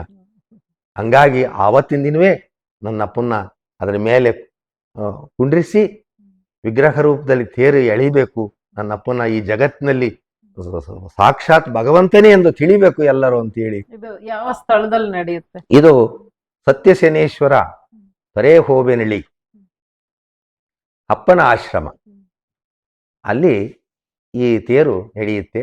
ಎಲ್ಲಾ ಭಕ್ತರು ನನ್ನಪ್ಪನ ಮಕ್ಕಳೆಲ್ಲ ಬಂದು ಆನಂದವಾಗಿ ಕುಣಿದು ನಲಿದು ನನ್ನಪ್ಪನ ಆ ತೇರು ಎಳಿಬೇಕು ಅಂತ ನಮ್ಮ ಆಸೆ. ಅಲ್ಲಿ ನಿತ್ಯವೂ ಭಜನೆ, ಅಲ್ಲಿ ದಿನನಿತ್ಯ ಸತ್ಸಂಗ ಭಜನೆ. ಇದಕ್ಕೆ ವಿಶೇಷವಾಗಿ ಇನ್ನೊಂದೇನಪ್ಪಾ ಅಂದ್ರೆ ನನ್ನ ಅಪ್ಪನ ವಿಗ್ರಹಕ್ಕೆ ಜಾಸ್ತಿ ಮುಸ್ಲಿಮ್ಸು ಅದಕ್ಕೆ ಪೂಜೆ ಮಾಡ್ತಾರೆ. ಯಾಕಂದ್ರೆ ಹಿಂದೂ ದೇವರುಗಳನ್ನ ಪೂಜೆ ಮಾಡೋದಿಲ್ಲ. ಗುರುವಿನ ರೂಪದಲ್ಲಿ ನನ್ನಪ್ಪ ಎಲ್ಲವನ್ನೂ ಅಲ್ಲಿ ಅವರಿಗೆ ಮಕ್ಕಳಿದ್ದಾರೆ, ಮಕ್ಕಳು ಏನು ಬೈಕೆಗಳನ್ನ ಇಟ್ಕೊಂಡಿರ್ತಾರೆ ಅದನ್ನ ಅಲ್ಲಿ ಅಡಿಕೆ ವಿಳೆದಲ್ಲಿ ಇಟ್ಟು ಅಯ್ಯಪ್ಪನ ಬೇಡಿದ್ರೆ ಎಲ್ಲವನ್ನೂ ಅಲ್ಲಿ ನನ್ನಪ್ಪ ಸದ್ಗುರು ಶ್ರೀ ಸತ್ಯಪಾಸಿ ನೀಡ್ತಾ ಇದ್ದಾರೆ. ಹಂಗಾಗಿ ಎಲ್ಲಾ ಭಕ್ತರು ಬಂದು ಅಲ್ಲಿ ಎಲ್ಲಾ ಕೋರಿಕೆಗಳನ್ನ ಈಡೇರಿಸಿಕಬಹುದು ಅಂತ ಈ ಮುಖಾಂತರ. ಜಾತಿ ಭೇದಗಳಿಲ್ಲ, ಕುಲಗೋತ್ರಗಳಿಲ್ಲ, ಸರ್ವ ಬ್ರಹ್ಮವು ಏಕವಾಗಿರುವುದಲ್ಲ ಅಂತ ಅಪ್ಪ ಬರೆದಿದ್ದಾರೆ. ಜಾತಿ ಭೇದ ಕುಲ ಗೋತ್ರ ಏನು ಇಲ್ಲ, ಸರ್ವಂತ್ರಿಯಾಮಿ ನನ್ನಪ್ಪ ಶ್ರೀ ಸತ್ಯಪಾಸಿ ಮಹಾರಾಜ. ಹಂಗಾಗಿ ಎಲ್ಲಾ ಭಕ್ತರು ಆನಂದವಾಗಿ ಬರಬೇಕು ಅಂತ ಹೇಳಿ ಹೇಳ್ಕೊಂತೀವಿ. ಬಹಳ ವಿಶೇಷ ಅಣ್ಣ. ಜಾತಿ ಭೇದವಿರದೆ, ಕುಲ ಭೇದವಿರದೆ, ಇಲ್ಲಿ ಭಾವನೆ ಒಂದೇ ಪ್ರಾಶಸ್ತ್ಯ, ಭಕ್ತಿ ಒಂದೇ ಪ್ರಧಾನವಾದ್ದು ಅನ್ನುವಂತ ಈ ತತ್ವ, ಅಪ್ಪನ ತತ್ವವೇ ನಿಮ್ಮ ತತ್ವ ಆಗಿದೆ. ಅದೇ ನಿಮ್ಮ ಕ್ಷೇತ್ರದ ತತ್ವನೂ ಆಗಿ ನಡೆಸ್ಕೊಂಡ್ ಬರ್ತಾ ಇರೋದು ತುಂಬಾ ವಿಶೇಷವಾದ. ತರೇಹೋಬನಹಳ್ಳಿಯಲ್ಲಿ ಸತ್ಯ ಶನೇಶ್ವರ ಅಪ್ಪನ ಆಶ್ರಮ ಈಗ ಆಗಿದೆ ಅಂತ ಹೇಳಿದ್ರಲ್ಲ, ಯಾಕೆ ಅಲ್ಲಿ ಶನೇಶ್ವರ ಸ್ವಾಮಿಯನ್ನ ಸ್ಥಾಪನೆ ಮಾಡಿದ್ದು? ಈಗ ನೀವು ಎಲ್ಲವೂ ಅಪ್ಪನೇ ಅಂತ ಹೇಳಿದ್ಮೇಲೆ ಅಪ್ಪನ ಆಶ್ರಮದಲ್ಲಿ ಶನೇಶ್ವರ ಸ್ವಾಮಿಯನ್ನು ಸ್ಥಾಪನೆ ಮಾಡಿದ್ದು ಯಾಕೆ ಅಂತ ದಯವಿಟ್ಟು ತಿಳಿಸ್ಕೊಡಿ. ಅದು ಯಾಕೆ ಅಂದ್ರೆ ಪಾವಗಡ ಶನೇಶ್ವರನ ದೇವಸ್ಥಾನಕ್ಕೆ ಅಪ್ಪ ಅವರು ಪ್ರತಿ ವರ್ಷ ಶ್ರಾವಣದಲ್ಲಿ ಹೋಗರು. ಹಂಗಾಗಿ ನಾನು ಅಲ್ಲಿ ಪಾವಗಡ ಶನೇಶ್ವರ ದೇವಸ್ಥಾನದಲ್ಲಿ ನಾನು ಯಾವಾಗ್ಲೂ ಅಲ್ಲೇ ಉಳ್ಕೊಳ್ತಿದ್ದೆ. ಅಪ್ಪ ಕೇಳಿದ್ರು, ಏನಪ್ಪ ಅಲ್ಲಿ ಈ ತರ ಶನೇಶ್ವರನ ದೇವಸ್ಥಾನಕ್ಕೆ ಹೋಗ್ಬೇಕು ಅಂತ. ಅಪ್ಪ ನೀವ್ ಯಾವಾಗ ಹೊರಡ್ತೀರಪ್ಪ ಅಂತ ನಾನು ಕೇಳಿದೆ. ನಾಳೆ ಹೊರಡ್ತೀನಿ ಕಣಪ್ಪ ಅಂತ ಅಂದ್ರು. ಅಪ್ಪ ನೀವು ಬರೋದಕ್ಕಿಂತ ಮುಂಚೆ ನಾನು ಬರ್ತೀನಿ ಬನ್ರಪ್ಪ ಅಂತ ಹೇಳಿದ್ವಿ. ಅಲ್ಲಿ ವಿಶೇಷವಾಗಿ ಅಪ್ಪವ್ರನ್ನ ಮೆರವಣಿಗೆ ಮೂಲಕವಾಗಿ ದೇವಸ್ಥಾನದೊಳಗಡೆಕ್ಕೆ ಹೂವಿನ ಮುಖಾಂತರವಾಗಿ ಅಪ್ಪವ್ರನ್ನ ಒಳಗಡೆಕ್ಕೆ ಕರ್ಕೊಂಡೋದ್ವಿ. ಆಗೇನಾಯ್ತು, ನನ್ನ ಅಲ್ಲಿ ಉಳ್ಕೊಳ್ಳೋಕೆ ಒಂದು ರೂಮ್ ನನಗೆ ಸಪ್ರೇಟ್ ಮಾಡಿದ್ದಾರೆ. ಅದು ನಾನೇನು ಮಾಡಿದೆ, ಅಪ್ಪನ ವಿಶ್ರಾಂತಿ ಮಾಡಬೇಕಲ್ಲ ಅಂತ ಹೇಳಿ ಅಲ್ಲಿ ಊಟಕ್ಕೆ ಮೇಲ್ಗಡೆ ಊಟಕ್ಕೆ ಹಾಕ್ಸ್ಬಿಟ್ಟು ಎಲ್ಲ ಭಕ್ತರಿಗೂ ಅಪ್ಪನ ವಿಶ್ರಾಂತಿಗೆ ಒಂದು ರೂಮ್ನಲ್ಲಿ ಇದನ್ನು ಮಾಡಿದ್ರು. ಅಮ್ಮ ಕೂತ್ಕೊಂಡಿದ್ರು. ಅಮ್ಮ ಏನು ಮಾಡಿ ಕೈ ಸನ್ನೆ ಮಾಡಿದ್ರು, ಅಪ್ಪನ ಕಾಲಿಸ್ಕಪ್ಪ ಅಂತ ಹೇಳಿದ್ರು ಅಮ್ಮ. ನಾನೇನು ಮಾಡಿದೆ, ಅಮ್ಮ ಹಂಗೆ ಕೈ ಸನ್ನೆ ಮಾಡ್ತೀನಿ, ನಾನು ಕಾಲು ಹೊತ್ತಕ್ಕೆ ಶುರು ಮಾಡಿದೆ. ಅಪ್ಪನ ಕಾಲು ಹೊತ್ತಬೇಕಾದ್ರೆ ನಾನು ಬರ್ತೀನಿ ಕಣಪ್ಪ ಅಂತ ಒಂದು ಕಿವಿಯಾಗ ಅನ್ನಂಗಾಗ ಅಂಕಲ ನಿಂತ್ಕೊಂಡು, ಯಾಕೆ ನಾನು ಬರ್ತೀನಿ ಅಂತೈತೆ, ನೀನೇ ಇದೆಯಲ್ಲಪ್ಪ, ನಿನ್ನ ಹತ್ರನೇ ಇದ್ದೀನಲ್ಲಪ್ಪ, ಇನ್ನೆಲ್ಲಿ ಬತ್ತೀಯಪ್ಪ, ನೀನೇ ಅಲ್ವೇನಪ್ಪ ಶನೇಶ್ವರ, ಎಲ್ಲ ನೀನೇ ಅಲ್ವೇನಪ್ಪ ಅಂತ ನಾನು ಒತ್ತಾ ಇದ್ದೆ. ಇನ್ನೊಂದ್ಸರಿ ಹಂಗೆ ಆಯ್ತು, ಶಬ್ದ ಬಂತು, ನಾನು ಬರ್ತೀನಿ ಕಣಪ್ಪ. ಇದೇನು ನಾನು ಬರ್ತೀನಿ ಅಂತೈತಲ್ಲ ಅಂತ ಹೇಳಿ ಅವಾಗ ಇನ್ನು ಕಾಲೇ ಇಸಕಕ್ಕೆ ಶುರು ಮಾಡಿ, ಅವಾಗ ನಾನು ಕಣಪ್ಪ ಶನೇಶ್ವರ ಅಂದಂಗ. ಅಪ್ಪ ನೀನೇ ಶನೇಶ್ವರ ಅಲ್ವೇನಪ್ಪ, ಬ್ರಹ್ಮ ವಿಷ್ಣು ಮಹೇಶ್ವರ ಸ್ವರ್ಗವೂ ನೀನೇ, ದತ್ತ ನೀನೇ, ಗಾಯತ್ರಿ ನೀನೇ, ಎಲ್ಲವೂ ನೀನೇ ಅಲ್ವೇನಪ್ಪ ಅಂತ ನಾನಂದೆ. ಹಂಗಂದು ಎಲ್ಲ ಮುಗೀತು. ನಾನು ಬರ್ತೀನಿ ಅಂತಲ್ಲ ಅಂತ ಹೇಳಿ ನಾನೇನ್ ಮಾಡಿದೆ, ಇದನ್ನ ಒಂದು ವಿಗ್ರಹನ ಯಾರಿಗನ ಮಾಡಿಸ್ಬಿಟ್ಟು ದಾನ ಕೊಟ್ಬಿಡೋಣ, ಆ ತರ ಅಪ್ಪನ ಕಾಲೇಜಿಗೆ ಈ ತರ ಇದಾಗ್ಬಿಟ್ಟೈತೆ, ಬಂದೈತೆ, ಇದನ್ನ ಒಂದು ವಿಗ್ರಹ ಮಾಡಿಸ್ಬಿಟ್ಟು ಯಾರಿಗನ ಕೊಟ್ಬಿಡೋಣ ಅಂತ ಒಂದು ವಿಗ್ರಹ ಮಾಡಿಸ್, ಪಂಚಲೋಹದ ವಿಗ್ರಹ. ಅದನ್ನ ನಮ್ಮ ದೇವಸ್ಥಾನದಲ್ಲಿ ಕರಿಯಮ್ಮನ ಪೂಜಾರಿ ನಾವು ದೇವಸ್ಥಾನದಲ್ಲಿ ಇಟ್ಕೊಂಡಿದ್ವಿ. ಎಲ್ಲ ಬಂದ್ ಭಕ್ತರೆಲ್ಲ ಕೇಳೇನಪ್ಪ, ಮಾರಕ್ಕನ ಗುಡಿಯಾಗೆ ಶನೇಶ್ವರ ಇಟ್ಕೊಂಡಿದೆಯಲ್ಲಪ್ಪ, ಇಲ್ಲ ಅದಕ್ಕೆ ಟೈಮ್ ಬರುತ್ತೆ ಕೊಡೋಣ ಬಿಡಪ್ಪ ಅಂತ ಹೇಳಿ ನಾನು ಸುಮ್ಮನೆ ಇದ್ದೆ. ಆಗ ಹಿಂಗೆ ಒಬ್ರು ಭಕ್ತರು ಬಂದು, ಏನಪ್ಪ ಇದು ಒಂದು ಇಲ್ಲೇನು ಇಟ್ಕೊಂಡಿದ್ದು, ಒಂದು ದೇವಸ್ಥಾನ ಮಾಡೋದು, ಇಲ್ಲಪ್ಪ ಯಾರಿಗಾನ ದಾನ ಕೊಟ್ಬಿಡೋಣ ಬಿಡು ಅಂತ ಇಟ್ಕೊಂಡಿದ್ದೀನಿ. ಹಿಂಗಾಡ್ತು ಅದೇನಾಗ್ಬಿಡ್ತು, ಒಂದು ದೇವಸ್ಥಾನ ಕಟ್ಟಾನಿ ಅಂತ ಹೇಳಿ ಬೇರೆ ಕಟ್ಟಣ ಅಂತ ಶುರು ಮಾಡಿದ್ವಿ. ಅದೇ ತೊರೆ ಹೋಬಿನಹಳ್ಳಿಗೆ ಗೇಟ್ನಲ್ಲೇ ಮಾಡಕ್ ಶುರು ಮಾಡಿದ್ವಿ. ಅಲ್ಲಿ ಆಗ್ಲಿಲ್ಲ, ಮತ್ತೆ ಇನ್ನೊಂದು ಸ್ವಲ್ಪ ದೂರಕ್ಕೆ ಬಂದ್ಬಿಟ್ಟು ಅಲ್ಲಿ ಶನೇಶ್ವರನ ಅಲ್ಲೇ ಕೆತ್ತಿ ಅದೇ ಜಾಗದ ಇನ್ನೊಂದು ದೊಡ್ಡ ಅಪ್ಪನ ರೂಪವಾಗಿ ನನ್ನಪ್ಪ ಮಲ್ಲಪ್ಪ ಶ್ರೀ ಸತ್ತುಪಾಸಿ ಮಹಾರಾಜನ ಮುಖದಂತೆನೆ, ಇವಾಗ ಅಪ್ಪನ ಗಡ್ಡ ಇಕ್ಬಿಟ್ರೆ ಹಂಗೆ ನಮ್ಮ ಶ್ರೀ ಸತ್ತುಪಾಸಿ ಮಹಾರಾಜನ ಹಂಗೆ ಇರ್ತೈತೆ ಆ ಶನೇಶ್ವರ. ಅದೇ ರೂಪವಾಗಿ ನನ್ನ ಅಪ್ಪನ ಮಖವನ್ನ ಫೋಟೋ ಇಟ್ಕೊಂಡೆ ಕೆತ್ಸಿದೀವಿ. ಆ ಗಡ್ಡ ಇಟ್ಬಿಟ್ರೆ ನನ್ನ ಅಪ್ಪನೇ ಆಗಿರ್ತಾರೆ. ಅಪ್ಪ ಬೇರೆ ಅಲ್ಲ, ಶನೇಶ್ವರ ಬೇರೆ ಅಲ್ಲ. ಅದಕ್ಕೆ ಸತ್ಯ ಶನೇಶ್ವರ ಅಂದ್ರೆ ಶ್ರೀ ಸತ್ತುಪಾಸಿ. ಅಪ್ಪನ ಆಶ್ರಮ ಅಂದ್ರೆ ನಡುಮಧ್ಯೆ ಶನೇಶ್ವರ ಒಂದು, ಅಪ್ಪನ ಆಶ್ರಮ ಅಂದ್ರೆ ನನ್ನ ಅಪ್ಪನ ಆಶ್ರಮ. ಹಂಗಾಗಿ ಶ್ರೀ ಸತ್ತುಪಾಸಿ ಮಹಾರಾಜರ ಆಶ್ರಮ ಅದು. ಗುರುತತ್ವವು ಶನಿದೇವರ ತತ್ವವನ್ನು ಸಮೀಕರಿಸಿ ಎಲ್ಲ ಒಂದೇ. ನನ್ನಪ್ಪನ ಬೇರೆ ಅಲ್ಲ, ಶನೇಶ್ವರ ಬೇರೆ ಅಲ್ಲ. ಹಾಗಾಗಿ ನನ್ನಪ್ಪ ಅಲ್ಲಿ ಗೋಚರಿಸಿದ್ರಿಂದ ಅವರು ಧರ್ಮಕ್ಕೂ ಕರ್ಮಕ್ಕೂ ಅಧಿದೇವತೆ, ಆದ್ರೂ ಕೂಡ ನನ್ನಪ್ಪನೇ ತಾನು ಎಲ್ಲವೂ ಅವರೇ ಅಧಿದೇವತೆ. ಹಂಗಾಗಿ ಗುರು ಮತ್ತು ಶನಿ ಇಬ್ರು ಒಂದೇ ಅನ್ನೋ ಭಾವನೆಯನ್ನ ನಾವು ಇಟ್ಕೊಂಡಿಲ್ಲ, ಇಬ್ರು ಒಂದೇ ಅಂತ ಭಾವನೆ ಇಟ್ಕೊಂಡು ಕೂಡ ಯಾವಾಗ್ಲೂ ಕರ್ತವ್ಯವನ್ನ ಶ್ರದ್ಧೆಯಿಂದ ಮಾಡ್ರಿ ಅಂತಾನೆ ಹೇಳ್ತಾರೆ. ಹೌದು, ಅದರಿಂದ ನಾವು ಅಲ್ಲಿ ಕೂಡ ಶನೇಶ್ವರನ ಮೂಲವನ್ನ ಇಟ್ಕೊಂಡು ನನ್ನಪ್ಪನೇ ಅಲ್ಲಿ ಸರ್ವಸ್ವವಾಗಿ ಶ್ರೀ ಸತ್ತುಪಾಸಿ ಮಹಾರಾಜನೇ ಅಲ್ಲಿ ಇದ್ದಾನೆ, ಶನೇಶ್ವರನೇ ಆತ ಅನ್ನೋ ಭಾವನೆಯಿಂದ ನಾವು ಇಲ್ಲಿ ನಡೆಸ್ತಾ ಇದ್ದೀವಿ. ಸಾಮಾನ್ಯವಾದ ಜೀವನಕ್ಕೂ ಭಗವದ್ ಜೀವನಕ್ಕೂ ಬಹಳಾನೇ ವ್ಯತ್ಯಾಸ. ಸಾಮಾನ್ಯರು ತಮ್ಮಿಚ್ಛೆ ಅಂತ ನಡೀತಾರೆ, ತಮ್ಮಿಚ್ಛೆ ಅಂತ ನುಡಿತಾರೆ, ನುಡ್ದಂಗೆ ನಡಬೇಕು ಅನ್ನೋದು ಏನು ಅವ್ರಿಗೆ ಮನಸ್ಸಿನಲ್ಲಿ ಒಂದು ದೃಢತೆ ಇರಲ್ಲ. ಆದ್ರೆ ಭಗವದ್ ಜೀವನ ನಡೆಸೋ ಅಂತ ನಿಮ್ಮಂತವರ ದಾರಿನೇ ಬೇರೆ, ಅದು ಕಠಿಣವಾಗಿರುತ್ತೆ. ಆ ದಾರಿಯಲ್ಲಿ ನಿಮ್ಗೆ ಏನಂತ ಕಷ್ಟ ಎದುರಾಯ್ತು, ನಿಂದನೆ ಎದುರಾಯ್ತು, ಅದನ್ನ ಏನ್ ಅನುಭವಿಸಿದ್ರಪ್ಪ, ಅದನ್ನ ದಯವಿಟ್ಟು ನಿಮ್ಮ ಮಾತುಗಳಲ್ಲಿ ತಿಳಿಸ್ಕೊಡ್ರಪ್ಪ.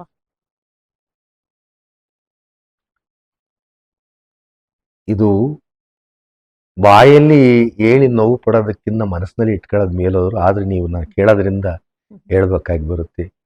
ಎಷ್ಟು ಕಷ್ಟ ಅಂದ್ರೆ, ಒಂದ್ಸರಿ ನಮ್ಮೂರಲ್ಲಿರ್ತಕ್ಕಂಥವ್ರನ್ನ ಹಿಂಗಾದ್ರೂ ಅರ್ಥವಾಗುತ್ತೆ ಅಂತ ಹೇಳಿ ಆಶ್ರಮಕ್ಕೆ ಎಲ್ಲರನ್ನೂ ನಾನು ಕರ್ಕೊಂಬಂದಾಗ ಅಪ್ಪನಿಗೆ ಅರ್ಥವಾಯ್ತು, ಓಹೋ ಇದು ಇವ್ರನ್ನ ಕರ್ಕೊಂಬಂದಿದ್ದಾನೆ ಅಂತ ಹೇಳಿ ಗೋಪಿಯಲ್ಲೇ ಅರ್ಥವಾಗ್ಬಿಡುತ್ತೆ ಅಪ್ಪ ಅವ್ರಿಗೆ. ಎಲ್ಲರಿಗೂ ಕರೆಸ್ಬಿಟ್ಟು ಶಾಲು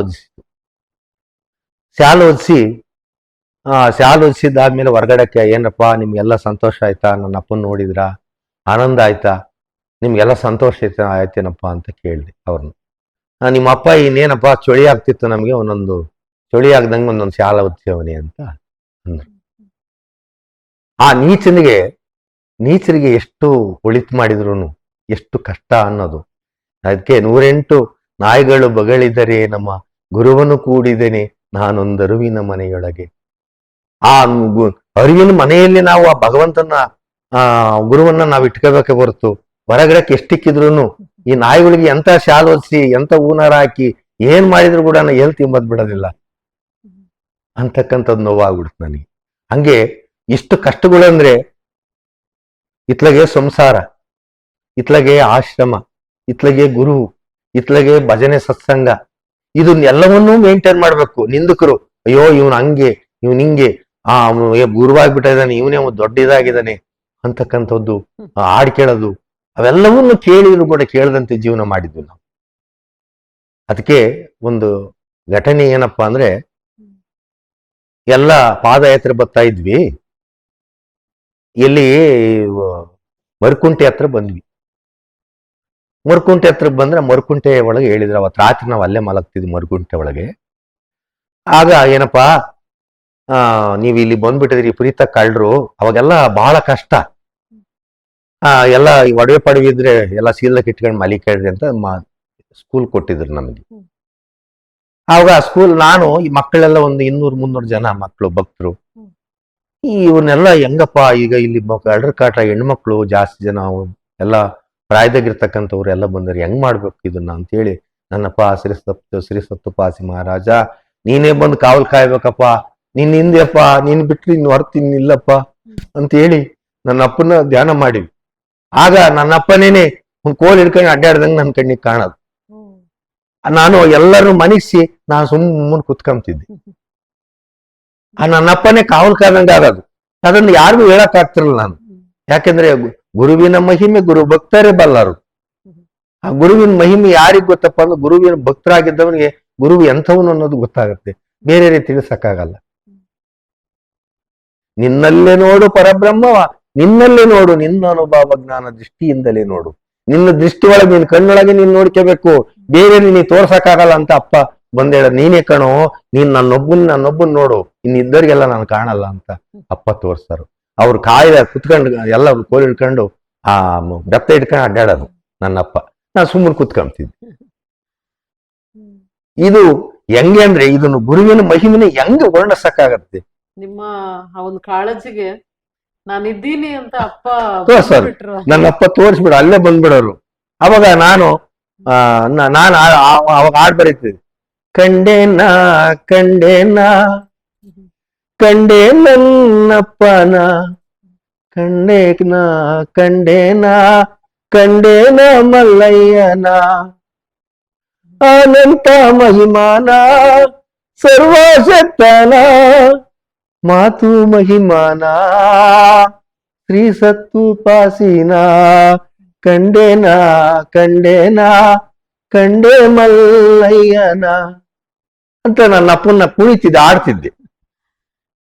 ಎಲ್ಲಿ ಕರೆದ್ರು ಅಲ್ಲೇ ಎಲ್ಲಿ ನಾವು ಕೂಗ್ತೀವೋ, ಕೂಗಿ ಕರೆದರೆ ಓಡೋಡಿ ಬರುವಗೆ, ನನ್ನ ಅಪ್ಪನ ಎಲ್ಲಿ ಕೂಗಿ ಕರಿತೀವೋ ಅಲ್ಲಿ ನನ್ನಪ್ಪ ದರ್ಶನ ಕೊಡ್ತಾರೆ.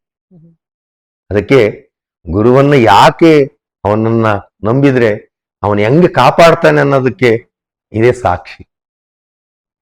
ಎಂಥ ಕರುಣಾಸಾಗರ, ಕರುಣಾಮಯ, ದಯಾಸಾಗರ, ಕಾರುಣ್ಯ ಸಿಂಧು, ಭವರೋಗ ವೈದ್ಯ, ಯಾವ ವರ್ಣದಲ್ಲಿ ವರ್ಣಿಸು ನನ್ನಪ್ಪನ, ವರ್ಣಿಸಕ್ಕೆ ಅಸದಳವಾದಂಥವನು ಶ್ರೀ ಸತ್ತುಪಾಸಿ ಮಹಾರಾಜ.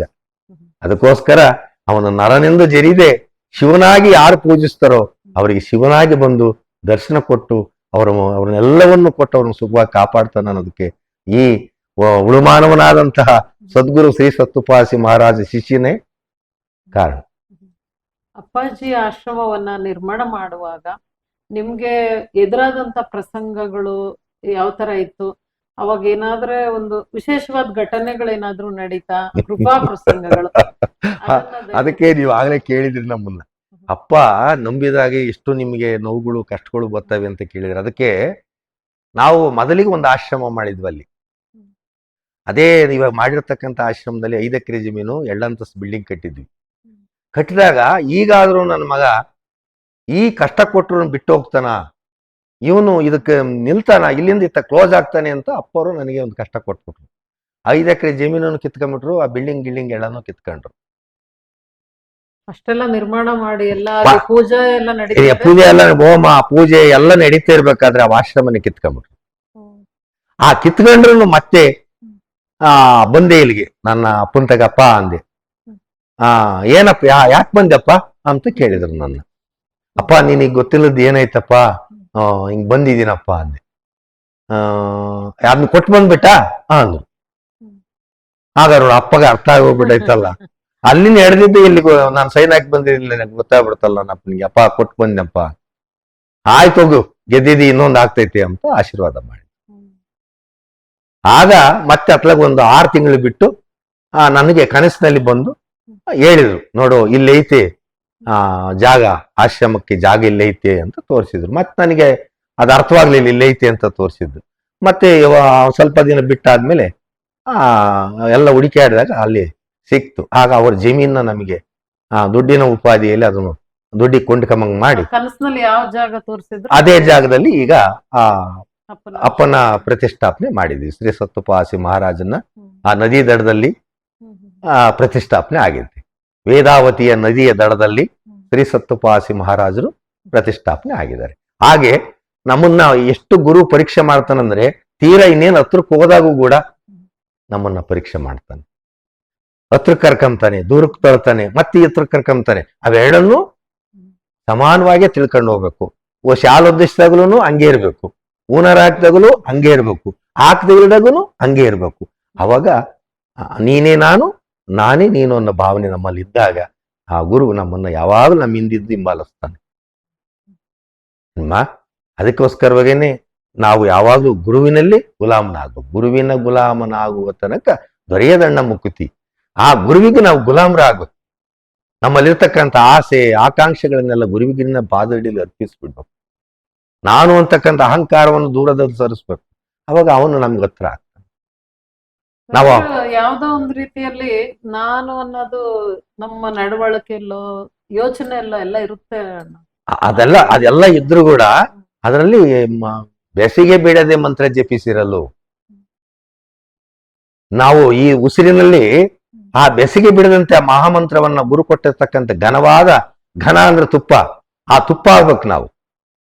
ಘನ ಅನುಭವ ಸಾರ ಅಂತ ಇಟ್ಟೈತ್ ನಮ್ಮಪ್ಪ. ಘನ ಅಂದ್ರೆ ಏನ್ ಹೇಳ್ರಿ? ತುಪ್ಪ. ಆ ತುಪ್ಪದ ಉಪಾಧಿಯಲ್ಲಿ ಕೆನೆ ಹಾಲಿನಲ್ಲಿ ನವನೀತವು ಜನಿಸಲ್ಕದ ಹನುವಾಗಿ ಕಾಸಿದ ತುಪ್ಪದಿ ಕ್ಷಣವು ಮುಖದಿ ಕಾಂಬಂತೆ.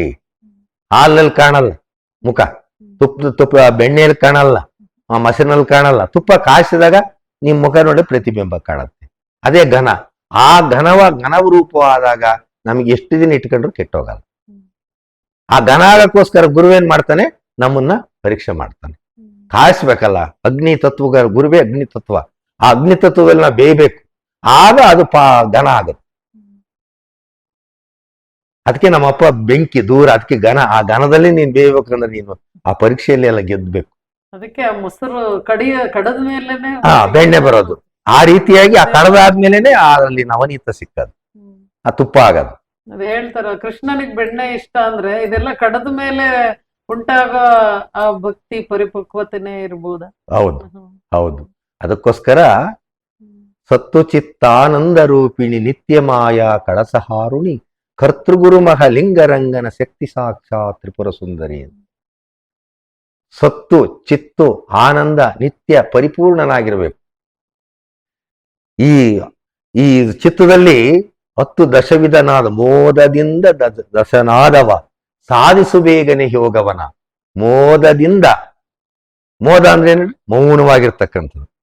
ಮೋದದಿಂದ ದಶನಾದವ ಸಾಧಿಸು ಬೇಗನೆ ಯೋಗವನ. ಈ ಮೋದದಿಂದ ದಶನಾದಗಳಲ್ಲಿ ನೀನು ಅದನ್ನ ಆಲಂಗಿಸ್ತಿರ್ಬೇಕು, ಆಲಯಿಸ್ತಿರ್ಬೇಕು ಅದನ್ನ. ಆಗ ಆ ಗುರು ನಿನಗೆ ತಾನಾಗಿ ತಾನು ಸಿಗ್ತಾನೆ.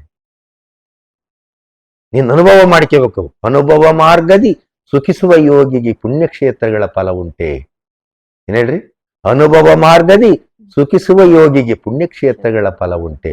ಗುರು ಒಬ್ಬ ಇದ್ದಾನೆ ಅಂದ್ರೆ ಯಾವ ಕ್ಷೇತ್ರವೂ ನೀನು ಬೇಕಾಗಿಲ್ಲ, ಯಾವ ನದಿಯಲ್ಲಿ ಮುಳುಗ್ಬೇಕಾಗಿಲ್ಲ, ಯಾವ ಹೋಮ ಅವನಾದಿಗಳು ಬೇಕಿಲ್ಲ, ಯಾವ ತಿಥಿಗೆ ಬೇಕಿಲ್ಲ, ನಕ್ಷತ್ರ ಬೇಕಿಲ್ಲ, ನಿನಗೆ ಏನೇನು ಬೇಕಿಲ್ಲ, ರಾವ್ ಕಾಲ ಇಲ್ಲ, ಗುಳಿ ಕಾಲ ಇಲ್ಲ, ಯಮಗಂಟ್ ಕಾಲ ಇಲ್ಲ, ಎಲ್ಲ ಕಾಲದಲ್ಲೂ ಗುರುವೇ ಇರುವಾಗ ನೀನು ಯಾವ ಕಾಲ ತಕೊಂಡೆ ಏನ್ ಮಾಡಿಯ? ಅದಕ್ಕೆ ನೀನೇ ಬೇಕಪ್ಪ, ನನಗೆ ನೀನೇ ಬೇಕಪ್ಪ, ನೀನೊಬ್ಬ ಬೇಕಪ್ಪ, ನಿನ್ನ ಬಿಟ್ಟರೆ ನನ್ನ ಇಲ್ಲಿ ಕಾಯುವರಿಲ್ಲಪ್ಪ. ಈ ಜಗತ್ನಲ್ಲಿ ಯಾರು ಕಾಯಲ್ಲ ನನ್ನಪ್ಪ, ನೀನ್ ಬಿಟ್ರೆ ಇನ್ಯಾರೂ ಇಲ್ಲ. ನಿಜವಾದ ಗುರು ಭಕ್ತರಿಗೆ ಕಾಶಿ, ಕಂಚಿ, ರಾಮೇಶ್ವರ ಏನು ಬೇಕಿಲ್ಲ, ಎಲ್ಲವೂ ಆ ನನ್ನಪ್ಪನ ಪಾದದಡಿಯಲ್ಲಿ ಇದೆ, ಗುರುವಿನ ಪಾದದಲ್ಲಿ. ಗುರುವಿನ ಹೇಳು ಸದ್ಗುರುವಿನ ಭಂಡಾರದೊಳಗೆ ಅಡಗಿ ಆ ಗುರುವಿನ ಪಾದದ ಧೂಳಿನಲ್ಲಿ ಎಲ್ಲಾ ಕ್ಷೇತ್ರಗಳು, ಎಲ್ಲಾ ಲೋಕಗಳು ಎಲ್ಲವೂ ಅವನ ಪಾದದ ಧೂಳಿನಲ್ಲಿ ಇರ್ತದೆ. ಅದಕ್ಕೆ ಗುರುವಿನ ಪಾದೋದಕಂ ಪಾಪನಾಶನಂ. ಗುರುವಿನ ಪಾದೋದಕದಿಂದ ನೀನು ಪಾಪ ದಗಿಸಿ ಹೋಗ್ತೈತಿ. ಒಂದು ನಿಮಿಷವು ಧ್ಯಾನಿಸಲ್ಬವ ಬಂಧನವತಾ ಪ್ಯಾಚಿ ಬ್ರಹ್ಮನ.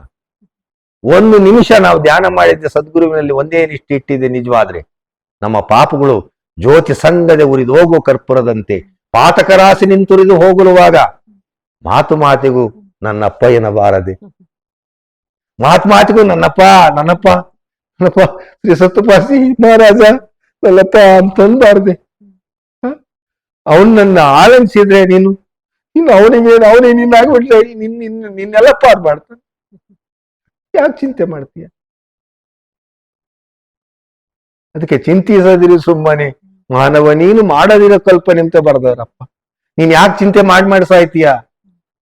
ಚಿಂತೆನೀಗ ಯುಕ್ತ ಭ್ರಾಂತಿ ಪಡಲ್ಲ ಬರೀ ಭ್ರಾಂತಿ ಆಸೆಗೆ ನೀನ್ ಯಾಕೆ ಜೊಲ್ ಸುರಿಸ್ಕೊಂಡಿದೀಯ? ನನ್ನನ್ನು ನೀನು ನಂಬು, ನನಗೆ ಶರಣಾಗತನಾಗು, ನಾನೇ ನೀನಾಗಿರ್ತೀನಿ, ನೀನೇ ನಾನಾಗ್ತೀನಿ, ಎಲ್ಲ ನೀನೇ ಸಿಗುತ್ತೆ. ಯಾಕೆ ಚಿಂತೆ ಮಾಡ್ತಿದ್ದೀಯ? ಸೋಹಂ ಸೋಹಂ ಅಂಬು ಸೋಹಂ ಅನ್ನು ಆ ಸೋಹಂ ಜೊತೆ ನೀನ್ ಮಾಡು. ನೀನ್ ಅದರಲ್ಲೇ ನೀನ್ ಕಾಲ ಕಳಿ, ನೀನ್ ಅದರಲ್ಲೇ ಮಿಂದು ಆನಂದ ಪಡು, ಆನಂದವಾಗಿರು. ಎಂತ ಆನಂದವಾಗಿತೋ ಬ್ರಹ್ಮಾಂಡವೇ ತುಂಬಿದ್ದೆ ತುಳುಕಾಡಿತು. ಈ ಬ್ರಹ್ಮಾಂಡದೆಲ್ಲ ತುಂಬಿ ತುಳುಕಾಡ್ತೈತೆ ಅದು ಅಂತದ್ ನೀನ್ ಒಳಗೈತಿ. ನೀನ್ ಆನಂದವಾಗು. ಅಳೀತು ಬಬಾದೆ ಉಳೀತು ತಾನೊಂದೆ ಕೊನೆಗೆ ಬರದೆ ಕಲ್ಲೇಶನಾದಯದಿ ಬಯಲು ನಿರ್ಬಯಲಾಯ್ತು. ಈ ಬಯಲಿಗೆ ಮನೆ ಕಟ್ಟಿದೆ, ಆ ಮನೆ ಕಿತ್ತಾಕಿದ ಬಯಲು ಹೆಂಗಾತಂಗ ನಿನ್ನಲ್ಲಿರ್ತಕ್ಕಂಥ ಎಲ್ಲ ಬಯಲಾಗುತ್ತೆ. ಅದಕ್ಕೆ ನೀನು ಆ ಸದ್ಗುರು ಸತ್ತುಪಾಸಿ ಶ್ರೀ ಸತ್ತುಪಾಸಿ ಮಹಾರಾಜರ ಚರಣಕಮಲ ಧೂಳಿನಲ್ಲಿ ಬೆರೆತು ಒಂದಾಗಿ ಪ್ರಭುವಿನ ಚಂದಾಗಿ ನೀನು ಒಳಗೆ ಹೊರಗೆ ಹೊಂದಬಾರದೆ. ಒಳಗು ಹೊರಗು, ಹೃದಯದ ಹೊರಗು ಕೂಡ ಒಂದೇ ಆಗಿರು. ಅದಕ್ಕೆ ಅಪ್ಪ ಒಂದೇ ಒಂದಣ್ಣ ಬ್ರಹ್ಮ, ಒಂದೇ ನಿಜವಣ್ಣ ಅಂತ ಬರೆದು ಒಂದೇ ಒಂದು. ಅದು ಜಾತಿ ಭೇದ ಎಲ್ಲ, ಕುಲಗೋತ್ರದಲ್ಲಿ ಒಂದೇ ಗಣಪ್ಪ. ಅದು ಅನುದೀನ ಗುರುವಿನ ಒಡನಾಡಿ ಭಕ್ತಿಯಳು. ಅನುದೀನನು ಅವನ ಗುರುವಿನಲ್ಲಿ ಒಡನಾಡ ಭಕ್ತಿಯಿಂದ ಅವಾಗ ನಿನಗೆ ಅವನು ಸಿಗ್ತಾನೆ. ಅನುದೀನ ಗುರುವಿನ ಒಡನಾಡಿ ಭಕ್ತಿಯಳು. ಅವನು ಅನುದೀನನು ಬಿಡಬಾರದು. ನಾವು ಬಂದಿದ್ದಲ್ಲ ಬಲ್ಲಿ ದಟ್ಟ ದರಿದ್ರ ಬಂದು ಹೋಗಲು ಮನವೇ, ಬರಬಾರ ದರಿದ್ರ ಬಂದ್ಬಿಡ್ಲಿ, ಅವನೇ ನೀನಪ್ಪ ಅನ್ಬೇಕು. ಚುಳಿಜಾರ ಕೆಮ್ಮು ಉಬ್ಬಸ ರೋಗ ಬಂದಾಗ ಮಳೆಗಾಳಿ ಸಿಡಿಲಿ ಆರ್ಭಟದಲ್ಲಿ ಮನವೇ, ಆಗ್ಲೂ ನನ್ನಪ್ಪನೇ ಅನ್ಬೇಕು. ವಿಸಜಾಕ್ಷಿ ಕೂಡುತ್ತ ನಿತ್ಯ ವಸದು ಮಾತಾಡುವಾಗ ಬಸುರಾಲಿ ತನ್ನ ಸುಮಗನ ಮುತ್ತಿಡುವಾಗ ಆಗ್ಲೂ ನನ್ನಪ್ಪನೇ ಅನ್ಬೇಕು. ಎಲ್ಲ ಕಾಲದಲ್ಲೂ ಅಪ್ಪ ಅಪ್ಪ ಅಪ್ಪ ಅಪ್ಪ ಅಪ್ಪ ಅಂತ ನಿನ್ನಲ್ಲಿ ಹೃದಯ ಕಂಸಿದ್ರೆ ಅಪ್ಪನೇ ಬಂದು ನಿನ್ನೆದುರಿಗೆ ಸಾಕ್ಷಿಭೂತನಾಗಿ ಪ್ರಸನ್ನನಾಗ್ತಾನೆ. ತನ್ನ ನಿಜವತಾ ಹುಡುಕಲು ಪ್ರಸನ್ನನಾಗುವ ನನ್ನಯ್ಯ. ನಿಂದನ್ನು ನೀನು ಹುಡುಕೊಂಬಿಟ್ರೆ, ನಿನ್ನೊಳಗೆ ನೀನು ಅವನನ್ನು ಆಲಗಿಸ್ಬಿಟ್ರೆ ನನ್ನಪ್ಪ ಶ್ರೀ ಸತ್ತುಪಾಸಿ ಮಹಾರಾಜ ಬಂದು ದರ್ಶನ ಕೊಟ್ಬಿಡ್ತಾನೆ. ಕರೆಯಾದೆ ಬರುವನು, ಕೇಳಾದೆ ಕೊಡುವನು, ಕಾಣಿಸಿಕೊಳ್ಳುವನು, ಕೊಟ್ಟು ಮರೆಯಾಗುವನು, ನಿಷ್ಠೆಯಲ್ಲಿರುವಾರ ಬಿಟ್ಟಿರಲಾರನು ಅಂತ ನನ್ನಪ್ಪ ಬರೆದವನು. ಯಾರು ನಿಷ್ಠೆಯಿಂದ ಇರ್ತಾರೋ ನಾನೆಂದೂ ಬಿಟ್ಟಿರೋದಿಲ್ಲ ಅಂತ ನನ್ನಪ್ಪ ಶ್ರೀ ಸತ್ತುಪಾಸಿ ಮಹಾರಾಜ ಅವನನ್ನ ಆನಂದವಾಗಿ ಕೂಗಬೇಕು. ಅವನು ಕೂಗ್ಬೇಕು. ಕೂಗಿ ಕರೆದನಲ್ಲ ಶಿವ ಕೇಳಲಿಲ್ಲವೇ, ನನ್ನಪ್ಪ ನಿನಗೆ ನಾನು ಕೂಗ್ತಾ ಇದ್ದೀನಿ ಕೇಳಲಿಲ್ವೇ ಅಂತ ಆಳ್ಬೇಕು. ಜನ ಇರ ತಗೊಳ್ಬಾರ್ದು. ಜನ ಇಲ್ಲದೆ ಇರ್ತಕ್ಕಂಥ ನೀನೊಬ್ನಿದ್ದಾಗ ಅಪ್ಪ ನೀನು ಇಬ್ಬರೇ ಆಗ್ಬೇಕು. ಆಗ ಆನಂದ ಕತ್ಬಿಡ್ಬೇಕು. ಅವಾಗ ನೀನ್ ಯಾರು ಬೈಕಮರಲ್ಲ. ಜನ ಹೇಳ್ತಾಗ ಏನೋ ನತ್ತಂದ್ರೆ ಅವನ್ ಆಟ ಆಡ್ತಾನೆ ಅಂತಾರೆ. ಹೌದು. ಅದಕ್ಕೋಸ್ಕರ ಹಂಗ್ ಮಾಡಬಾರ್ದು. ಒಬ್ಬರು ಏಕಾಂತದಲ್ಲಿದ್ದಾಗ ಅಪ್ಪನ ಅಲಂಗಿಸಿ ಕೂಗಿ ಕರೆದು ಸುಖ ಪಡಬೇಕು. ಅದಕ್ಕೆ ಬೋಧಿಸೆನ್ನನು ಗುರುವೇ ನಿಮ್ಮಯ ದಿವ್ಯ ಪಾದವ ನಂಬಿರುವೆ, ವೇದಾಂತದೊಳು ಗೋಪ್ಯ ವಾದ ತತ್ವವನೇ ಸಂಪಾದಿಸಿ ಮನದಿ ವಿನೋದಿಸಿ ಸುಖಿಸೆಂದು ಬೋಧಿಸೆನ್ನನು ಗುರುವೇ ನಿಮ್ಮಯ ದಿವ್ಯ ಪಾದವ ನಂಬಿರುವೆ. ನನ್ನಪ್ಪ ದಿನನಿತ್ಯ ನನಗೆ ಬೋಧಿಸು, ದಿನನಿತ್ಯ ನಿನ್ನ ದರ್ಶನ ನನಗೆ ಕೊಡು.